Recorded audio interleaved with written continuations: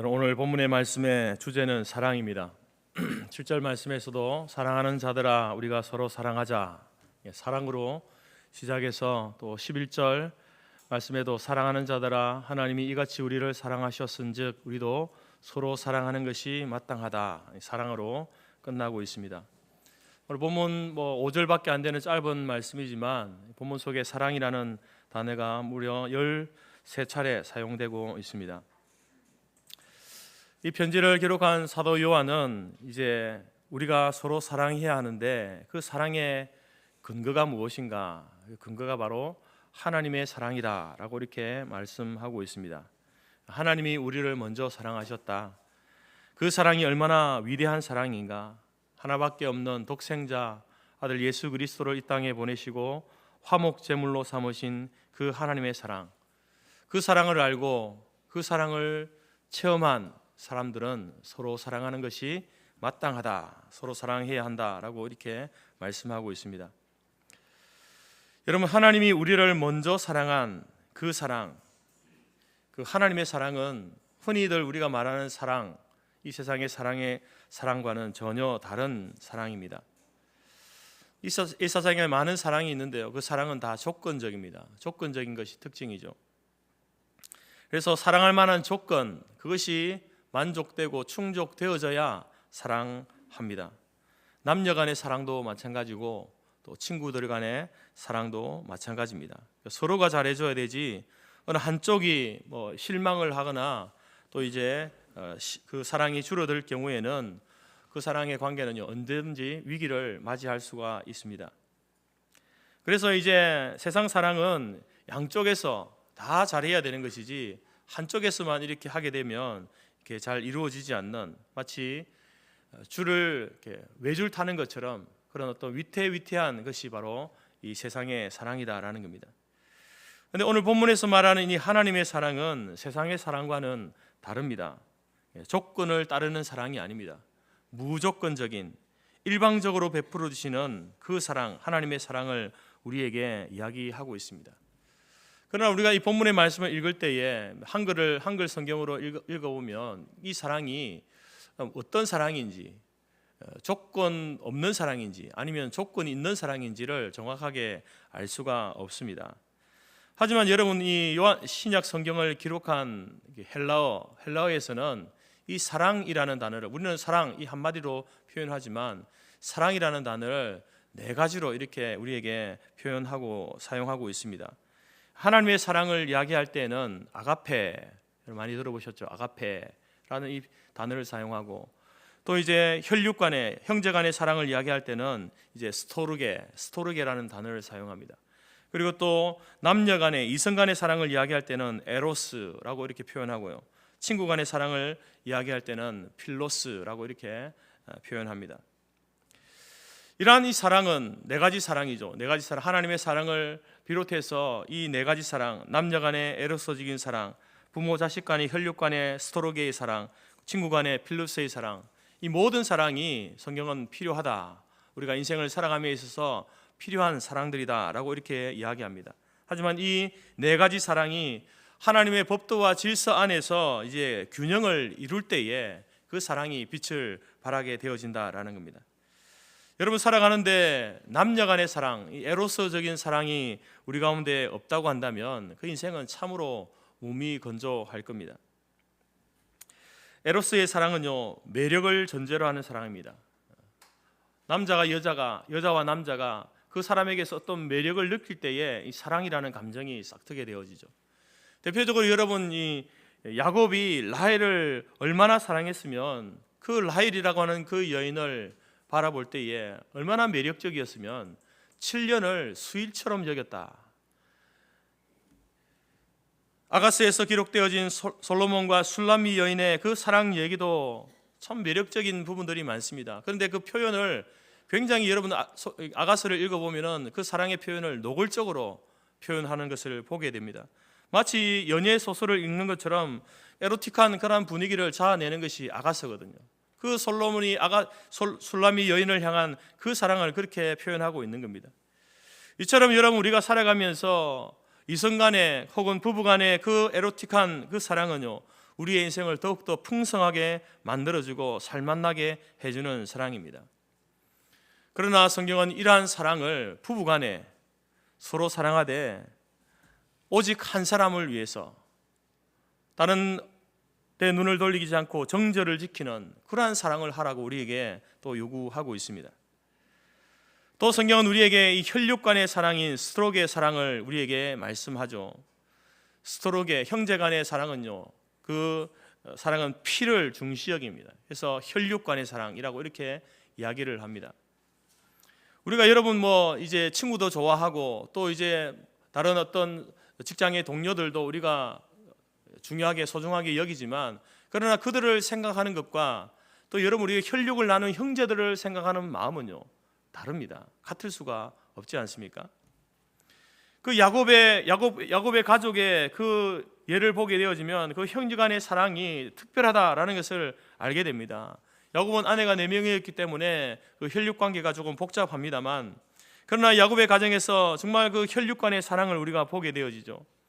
야곱과 그의 아들 요셉 간의 그 사랑, 아버지가 아들을 사랑하는 그 사랑이 특별하지 않습니까? 또 12 형제들 간의 사랑, 특별히 형들의 그 죄를 용서하는 동생 요셉의 모습, 굉장히 감동적인 그 사랑의 모습을 드러내게 됩니다. 또한 성경은 이렇게 혈육적인 사랑뿐만 아니라 예수 그리스도의 피로 맺어진 교회 성도들도 형제 자매다라고 이렇게 부릅니다. 그래서 우리가 누구 형제님, 누구 자매님이라고 부르는 이유가 바로 우리가 예수 그리스도의 피로 맺어진 그러한 가족이기 때문에 그렇다라는 겁니다. 이처럼 우리는 살아가면서 혈육으로 맺어진 스토로게의 사랑, 그리고 예수 그리스도의 피로 맺어진 그러한 스토로게의 사랑이 우리에게 필요합니다. 뿐만 아니라 성경은 또 친구 간의 그 필로스의 사랑도 귀하게 여깁니다. 이 사랑은 이제 신의, 의리를 중요시 여기는 사랑이죠. 친구를 배반하지 않습니다. 대표적으로 성경에서는 다윗과 요나단의 그 우정이 대표적이 아니겠습니까? 얼마나 서로를 사랑했든지 바로 끝까지 신의를 지키는 이 두 사람의 모습을 보게 됩니다. 뿐만 아니라 예수님께서도 우리들을 일컬어서 친구다라고 이렇게 부르시죠. 너희가 나의 명하는 대로 행하면 곧 나의 친구다. 예수님의 말씀대로 살아가는 자들을 일컬어서 내 친구다라고 이렇게 이야기합니다. 이처럼 여러분 우리가 우리의 인생 가운데 정말 좋은 친구를 만난다는 것, 좋은 친구를 사귄다는 것, 그것은요 인생을 더욱더 풍요롭게 만드는 귀중한 그러한 관계가 되는 것입니다. 이처럼 여러분 이 에로스의 사랑과 스토로게의 사랑과 필레오의 사랑, 필로스의 사랑, 이 사랑은 매력적이어야 하고 또 예의를 갖추어야 되고요, 그리고 신의를 지켜야 하는 조건적인 사랑입니다. 그렇지만 인생을 살아가는 데 있어서 꼭 필요한 사랑들입니다. 우리가 부부로 만난 것도, 또 자녀를 낳고 한 가족을 이루은 것도, 서로가 친구가 된 것도 어떤 면에서는 그런 조건들이 작용했기 때문에 우리가 서로를 만나서 가족을 이루고 형제를 이루고 또 친구의 관계를 유지해 가게 된다는 거죠. 뭔가 상대방의 매력이 있기 때문에, 매력이 있어서, 좋은 점이 있어서, 마음이 들었기 때문에 서로 부부가 되고 친구가 되는 것 아니겠습니까?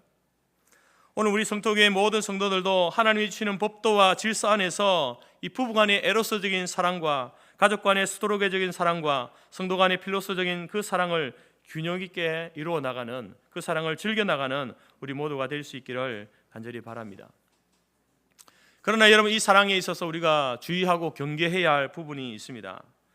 말씀드린 것처럼 이 세 가지 사랑은요 조건적이다라고 말씀드렸습니다. 그래서 여러분 이 조건이 무너지게 되면 이 사랑들이 위협을 느끼는 거죠. 위기를 맞이할 수 있습니다. 만일 이러한 조건에 상당한 이상이 생기면요 위기가 오게 되는데, 에로스의 사랑이 병들면, 서로에게 매력을 느끼던 그 매력이 사라지면요 우리 사람들은 이제 그 사랑의 감정이 사라지는 것처럼 생각합니다. 그래서 이제 부부 관계가 싸움으로 또 별거로 이혼으로 이렇게 번져가는 것을 보게 되어집니다. 스토로게의 사랑이 병들게 되어지면 부모, 형제, 친척 간에도 사이가 벌어지지 않습니까? 또한 필레오의 사랑에 병들게 되면 친구 간에, 성도 간에 미워하고 등을 돌리기도 하는 이러한 모습들을 보게 되어지죠. 그래서 여러분 이러한 이 조건적인 이러한 사랑들을 줄타기, 외줄타는 그러한 사랑이다라고 이렇게 표현하고 있는 겁니다. 그래서 우리는 이러한 사랑을 경계해야 하는데, 여러분, 타락한 인생들의 본성은요, 이기적입니다. 저와 여러분은요, 사실 이기적인 존재입니다. 탐욕적이고 계산적입니다. 손이 안으로 굽는다는 말이 있듯이 항상 여러분, 우리가 다른 사람을 먼저 생각하는 것처럼 보여지지만, 그러나 우리 속을 들여다보면요, 자기중심적인 거예요. 자기가 우선 되어지는 그러한 존재들입니다. 우리의 생각도 판단도 행동도 자기중심적이죠. 자기를 좋아해주면 나도 좋아해주고, 나를 미워하면 또 미워하는 것이 일반적인 모습 아니겠습니까? 다른 사람이 있는 티는 크게 보면서 자기 안에 있는 덜보는 작게 보는 그런 이기적인, 자기중심적인 그러한 성향이 바로 우리 속에 있다는 것이죠. 지기를 싫어하죠. 상대방이 나에게 한 대 때리면 2대 때리고 싶은 것이 우리의 마음 아니겠습니까? 이러한 것들 때문에 여러분, 우리의 이 3가지 사랑이 위태롭다라는 겁니다. 조건이 없어지고 사라지면, 조건이 부족하면요, 이 3가지 사랑의 위기를 맞이하게 되는 것이죠. 그럼 우리가 어떻게 이러한 이기적인 이 사랑을, 우리 자신을 극복할 수 있을까? 그래서 오늘 이 사랑의 사도라 불리는 사도 요한은 우리에게 또 하나의 사랑을 소개하고 있습니다. 그 사랑은 바로 한량 없으신, 조건 없는 무조건적인 하나님의 사랑, 그 아가페의 사랑을 우리에게 소개하고 있는 겁니다. 오늘 7절부터 11절까지 사랑이라는 단어는요, 모두가 다 하나님의 사랑을 우리에게 이야기하고 있는 겁니다. 하나님의 사랑이 우리에게 이렇게 나타난 바 되었으니 하나님이 자기의 독생자를 세상에 보내시면 그로 말미암아 우리를 살리려 하심이라. 사랑은 여기 있으니 우리가 하나님을 사랑한 것이 아니요 오직 하나님이 우리를 사랑하사 우리 죄를 위하여 화목제물로 그의 아들을 보내셨습니다. 여러분 하나님의 사랑을 알고 있습니까? 하나님의 사랑을 체험하셨습니까?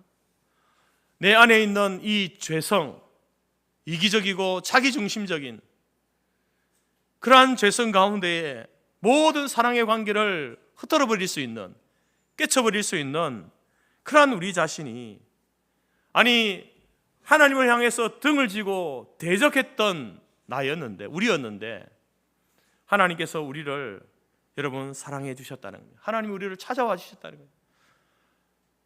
하나님과 멀리 떨어져서 영원히 죽을 수밖에 없는, 죄와 사망의 굴레 아래서 살다가 멸망할 수밖에 없는 인생이 우리였는데, 그런 우리를 하나님께서 구원해 주시기 위해서 하나님이 인간의 육신의 몸을 입고 이 땅에 오신 그 성육신의 사건, 성탄의 사건을 통하여서 우리에게 하나님의 사랑을 보여주신 거예요. 내가 너를 이만큼 사랑한다.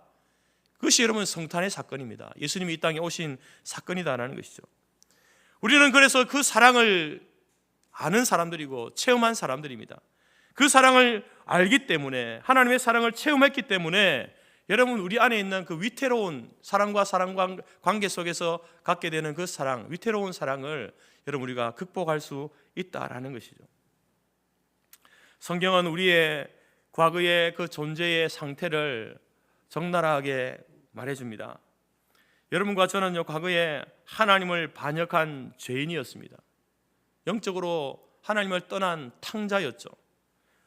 그렇게 살다가 영원히 멸망할 그 지옥으로 갈 수밖에 없는 불쌍한 인생들이 바로 저와 여러분들이었습니다. 성경이 우리를 향해서 이렇게 선언하잖아요. 모든 인생은 죄인이다. 의인은 없나니 하나도 없다. 그 말은 우리 모두가 죄인이다라는 말입니다. 그 죄인이라는 말의 의미가 무엇인가? 우리가 큰 죄를, 소위 우리가 말하는 그 죄의 결과들을 이야기할 때에 그 죄들, 사람을 향하고 도둑질을 하고 이런 어떤 행위들을 행해서 죄를 지었느냐, 그 죄를 이야기하는 게 아니에요.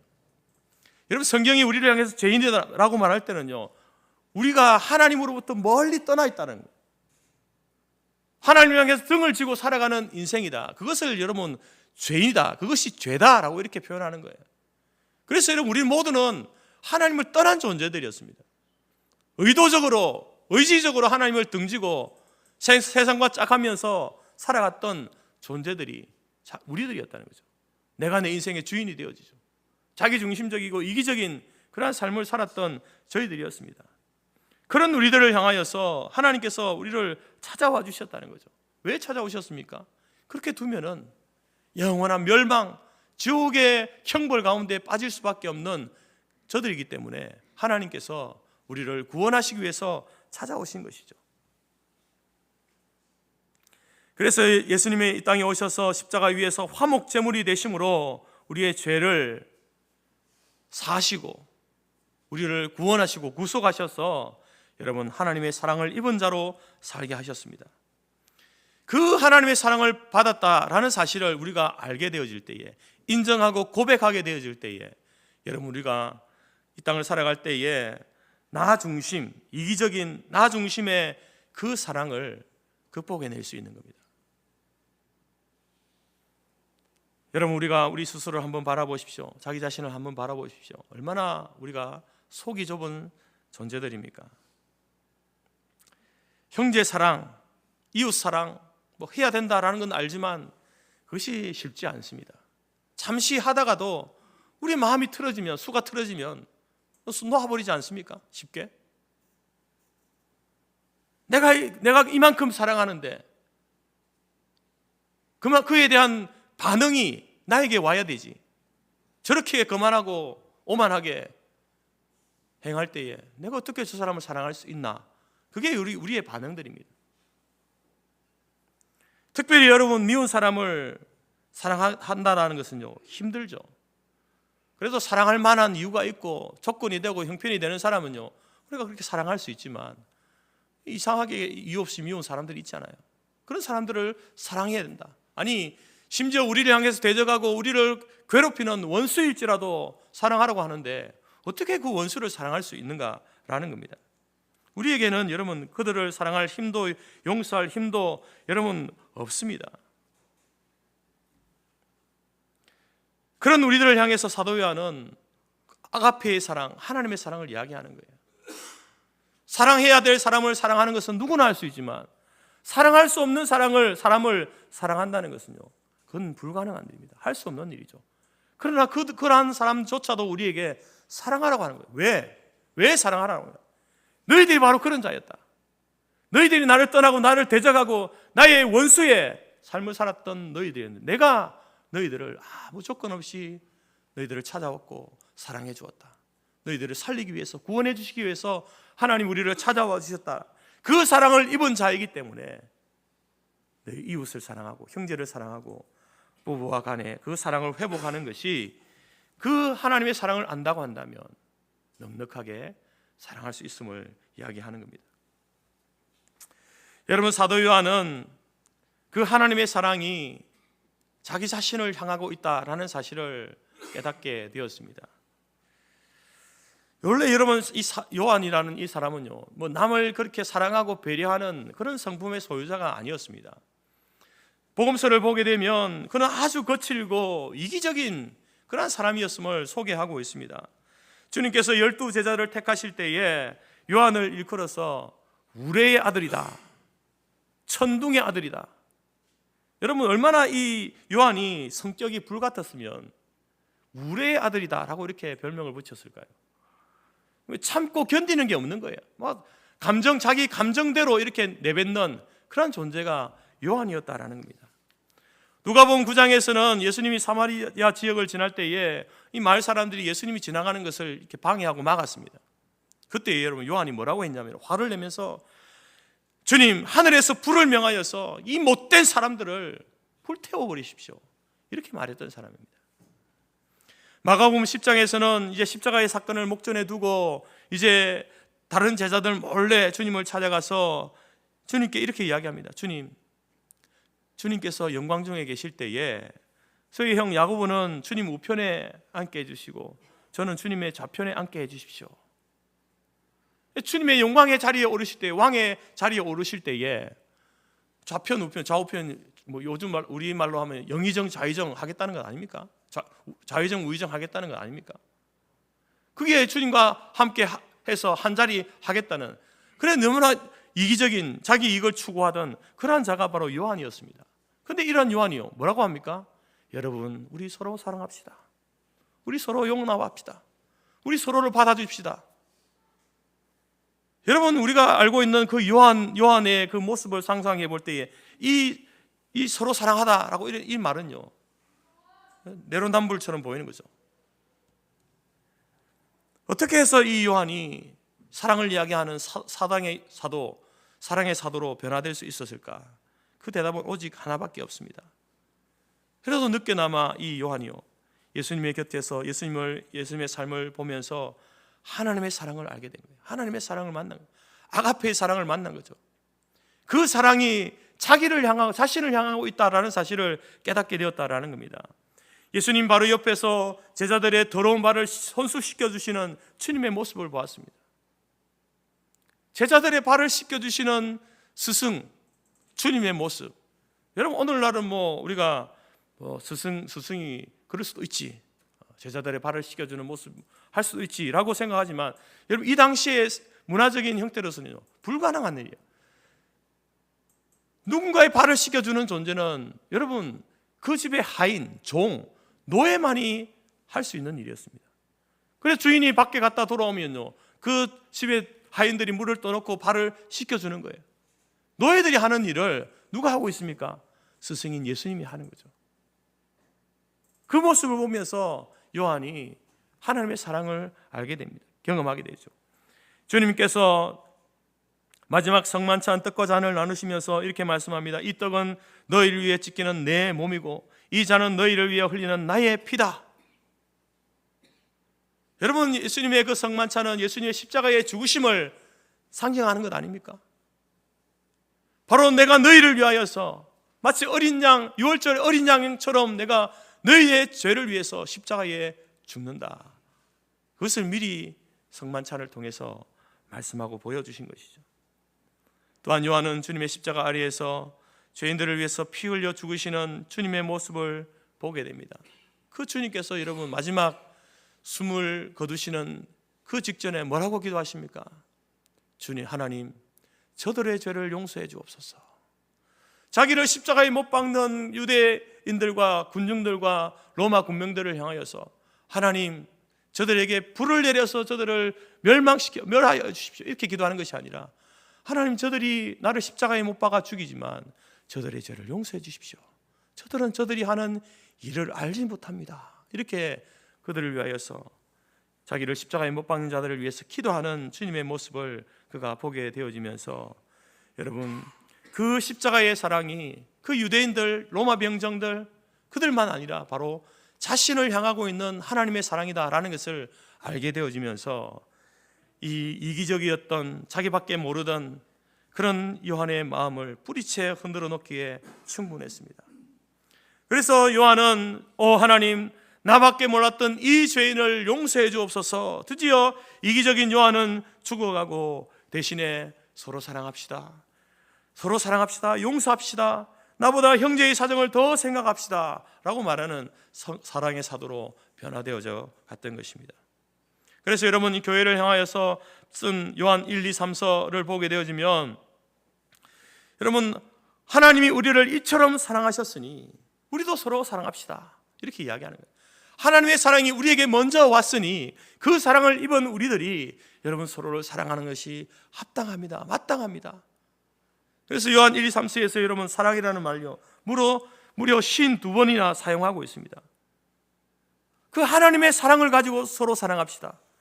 남편과 아내, 아내와 남편, 그리고 친구들 간에, 혈육들 간에 위태하고 깨어지기 쉬운, 깨어진 그 사랑의 관계를 하나님의 사랑으로 다시 한번 그 사랑을 우리가 묶어냅시다 라고 이렇게 요청하고 있는 것입니다. 여러분, 오늘날도 이 비결은 변함이 없습니다. 우리가 여러분, 아내를 사랑하고 남편을 사랑하고 형제를 사랑하고 지체를 사랑할 수 있는 사랑의 비결은 우리의 안에서의 어떤 힘, 도덕적인 어떤 교육을 통해서 되어지는 것이 아닙니다. 많은 교육을 받고 그가 인격적인 훈련을 받고 하면 되어지는 일이 아닙니다. 그런 사랑에는요, 한계가 있습니다. 사랑할 수 있죠. 그러나 조건이 무너지면요, 여지없이 그 사랑도 무너지는 것이 인간적인 사랑이다라는 것입니다. 그러나 우리가 하나님의 사랑을 알고 십자가의 사랑을 만나고 은혜를 체험한 사람은요, 그 어떤 사람일지라도 사랑할 수 있는 거예요. 심지어 원수일지라도, 나를 십자가에 못 박는 그러한 자일지라도 그를 향해서 하나님의 용서를 구하는 그 사랑을 나타낼 수 있는 것이 하나님의 사랑이다라는 겁니다. 왜 우리의 사랑이 위태합니까? 왜 우리의 부부의 관계가, 부모 자식과의 관계가, 형제와의 관계가, 친구들과의 관계가 위태합니까? 그 속에 하나님의 사랑이 없기 때문에 그렇습니다. 우리의 사랑이 견고해지는 이유는 무엇입니까? 우리 안에 부모와 자식과의 관계, 형제와의 관계, 친구와의 관계 속에서 내가 그 사람을 무조건적으로 용납하고 받아들일 수 있는 그 사랑이 어디에서 나오는 겁니까? 그 사랑은요, 하나님의 사랑에서 나오는 거예요. 하나님의 사랑을 알기 때문에 그 사랑이 우리 속에 우리 안에서 그것을 나타낼 수 있게 된다라는 것입니다. 하나님의 사랑을 연상케 만드는 하나의 사건을 소개하고자 합니다. 1973년 스위스에서 실제 있었던 이야기입니다. 알프스 중턱에서 산 밑에 있는 베로나시 마을까지 약 95km 되는 거리를 왕복하는 셔틀버스가 있었습니다.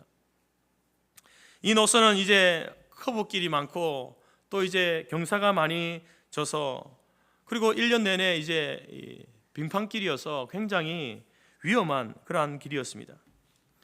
어느 날 이제 승객을 태우고 베로나 마을로 시로 이제 가게 되는데, 마을에 거의 다다랐을 즈음에 이 운전사는 버스의 이 브레이크가 고장났다라는 사실을 알게 됩니다.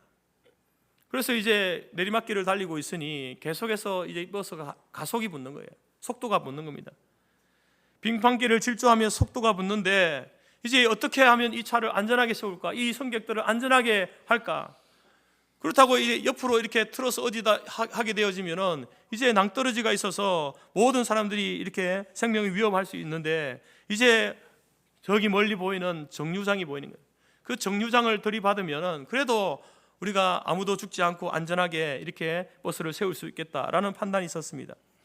그래서 이제 그 정류장을 바라보면서 이제 운전대를 붙들고 내려가고 있는데, 이제 정류장에 가까울수록 거기에서 보이는 모습이 있습니다. 한 어린 꼬마가 노란 손수건을 흔들면서 운전사를 향해서 반갑게 웃고 있는 거예요. 손수건을 흔들면서. 이 운전사가 어떻게 합니까? 정류장으로 돌진하면 그 아이가 죽는 것이, 즉사할 것이 뻔한데, 그렇다고 해서 또 이 브레이크를, 운전대를 돌리게 되면 낭떠러지로 추락할 것이 뻔한데 어떻게 할 것인가 고민이 되는 거예요. 결국 운전사는 버스 정류소에 충돌시켜서 가까스로 차를 멈춰 세웠습니다. 승객들은 모두 살았습니다. 그러나 정류소에 서 있던 그 어린 소녀는 그 자리에서 즉사하게 되어지고, 운전사는 버스에 내려서 자기에게 그 노란 손수건을 흔들던 그 소년에게 달려가서 그 시체를 껴안고 통곡하며 하염없이 눈물을 쏟았습니다. 왜냐하면 그 죽은 소년이 바로 운전사의 하나밖에 없는 아들이었기 때문에 그렇습니다. 자기 아들을 죽임으로 다른 승객들을 살린 실제 이야기입니다. 여러분, 그때 그 버스를 탔던 승객들은 어떤 마음을 가졌을까요? 그 정류소를 들이받음으로 죽을 수밖에 없던 그 아들이 운전사의 아들이었다라는 사실을 알게 되었을 때에, 이 아들 때문에, 이 운전사 때문에 우리들이 살았구나, 우리가 우리의 생명을 이렇게 유지할 수 있게 되었구나, 아마 평생을 두고 기억하면서 빚진 마음으로 살아가실 겁니다. 하나님의 사랑이 바로 그러한 사랑이라는 겁니다. 자기 아들을, 여러분, 우리를 위해서 내어주신, 십자가 위에 내어주신, 화목 제물로 내어주신 분이 바로 하나님의 그 사랑이다라는 겁니다. 하나님이 세상을 이처럼 사랑하사 독생자를 주셨다. 하나님이 죄인들을, 우리 같은 죄인들을 사랑하셔서 그 하나밖에 없는 독생하신 아들 예수 그리스도를 우리를 위해서 내어주셨습니다. 하나님의 자기 독생자를 세상에 보내심은 저로 말미암아 우리를 살리려 하심이라. 사랑이 여기 있으니 우리가 하나님을 사랑한 것이 아니요 오직 하나님이 우리를 사랑하사 우리 죄를 위하여 화목 제물로 그 아들을 보내셨습니다. 사랑하는 성도 여러분, 우리 이 하나님의 사랑을 알고 하나님의 사랑을 체험하고 고백하는 사람들은요, 바로 조건적이고 자기중심적인 이 세상적인 사랑, 위태위태하고 불안한 깨어진 관계의 그 사랑들을 극복할 수 있습니다. 그 비결이 무엇입니까? 사랑을 완성하는 하나님의 사랑, 그 사랑이 나를 향하고 있었다. 나를 향한 하나님의 사랑이었다라는 사실을 깨닫게 될 때에, 체험하게 될 때에 여러분 우리가 인생 간에, 사람들 간에 그 위태한 사랑, 깨어진 그 사랑의 관계를 회복할 수 있게 된다라는 것입니다. 여러분, 사랑이 사는 모든 곳에는요, 언제든지 어디든지 문제가 생기기 마련입니다. 어떤 면에서 여러분, 우리는 가장 가깝다라고 할 수 있는 가족 간에, 혹은 또 가까이 신앙생활하고 있는 그런 성도들 간에 더 쉽게 사랑을 주고 상처를 주고 문제를 일으킬 수 있습니다. 왜냐하면 우리는 그들의 허물과 그런 연약함을 너무나 잘 알고 있기 때문에 그렇습니다.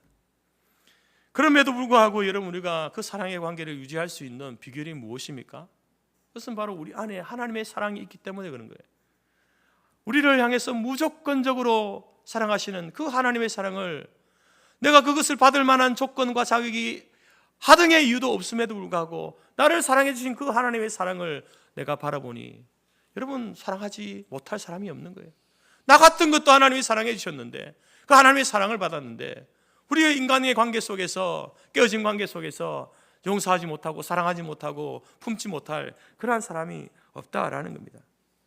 때문에 여러분, 우리의 위태로운 그 모든 사랑을 완성하는 사랑은요, 하나님의 사랑입니다. 하나님이 우리를 향하신 그 사랑이 무엇인지, 어떠한 사랑이었는지를 알고 경험하고 나아갈 때에 여러분, 우리는 우리 인생 가운데 필요하다라고, 하나님께서 우리에게 허락해 주셨던 모든 관계 속에서 필요한 그 사랑, 그러나 위태로운 그 사랑을 끝까지 유지해 갈 수 있는 그러한 자들이 된다라는 것입니다. 올해도 여러분 이제 한 달을 남겨놓고 있습니다. 개인이나 우리 모든 기관마다 아름다운 매듭을 위해서 힘써야 할 때입니다. 그러나 그 모든 일들 가운데에서도 여러분, 우리가 우리의 사랑하는 관계들을 한번 생각하고 돌아보시기 바랍니다. 남편과 아내, 아내와 남편, 여러분, 이 에로스적인 이 사랑의 관계가 아직 안녕하십니까? 육신의 형제의 스토록의 사랑, 믿음의 형제, 또 친구들 간의 필로스적인 사랑 모두 안정하십니까? 흔들림이 없습니까? 만약에 그러한 관계들이 위태하고 흔들리고 있다고 한다면 모든 사랑 위의 사랑인 하나님의 사랑, 아가페의 사랑, 무조건적인 하나님의 사랑을 기억하시기 바랍니다. 저와 여러분이 바로 그 하나님의 사랑을 받은 존재다라는 사실을 기억하십시오. 그 사랑을 받을 자격이 없는데 하나님께서 우리에게 그 사랑을 베풀어 주셨어요. 그 사랑을 받은 자로서 어떤 조건과 환경이 안 된다고 해서 사랑하던 그 사람을 미워하고 멀리하고 깨어진 관계로 그렇게 살아가는 것은요, 여러분, 하나님의 사랑을 받은 자로서 그것은 배은망덕한 모습입니다. 자격도 조건도 없는 우리를 사랑해 주시는 그 하나님의 사랑을 받았기 때문에 여러분, 위태한 우리의 에로스적인 사랑도 완성해 갈 수 있는 거예요. 위태한 스토록의 사랑, 필로스의 사랑도 완성해 갈 수 있는 것입니다. 그 사랑을 여러분 기억하십시오. 우리가 형제를 사랑하고 이웃을 사랑해야 될 이 성탄의 절기, 사랑의 절기 아니겠습니까? 아니, 저들은 나에게 아무것도 해준 것도 없는데 왜 우리가 계속해서 저들에게 베풀어야 하는가, 사랑을 해야 하는가? 이유가 무엇입니까? 그들이 우리에게 어떤 좋은 반응을 보여줘서가 아닙니다.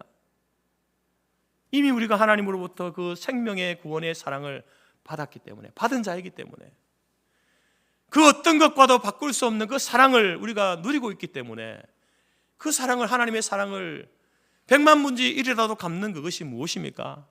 바로 이웃을 사랑하는 것입니다. 형제를 사랑하는 것입니다. 가족을 사랑하는 것입니다. 지체를 사랑하는 그 사랑 속에 있다라는 것입니다. 오늘 사도 요한이 들려주는 이 말씀, 모든 사랑을 완성하는 하나님의 사랑을 통해서 우리의 가정과 우리 교회가, 여러분이 살아가는 그 사회가 사랑과 용서의 공동체, 격려와 위로의 공동체로 되어져 나갈 수 있기를 바랍니다. 하나님의 사랑을 먼저 경험한 여러분들로 인하여서 여러분이 모이는 곳, 가는 곳마다 그곳이 사랑의 공동체, 위로의 공동체로 세워져 갈 수 있기를 바랍니다. 그러한 하나님의 은혜가 다시 한번 위태롭고 깨어졌던 모든 관계 속에서 하나님의 사랑으로 다시 한번 그들을 바라보고 그들을 품고 이해하고 용서하고 기다려주고 관용하고 사랑할 수 있는 그런 아름다운 관계로 회복되어져가는 귀한 한 달이 될 수 있기를 주님의 이름으로 축복합니다.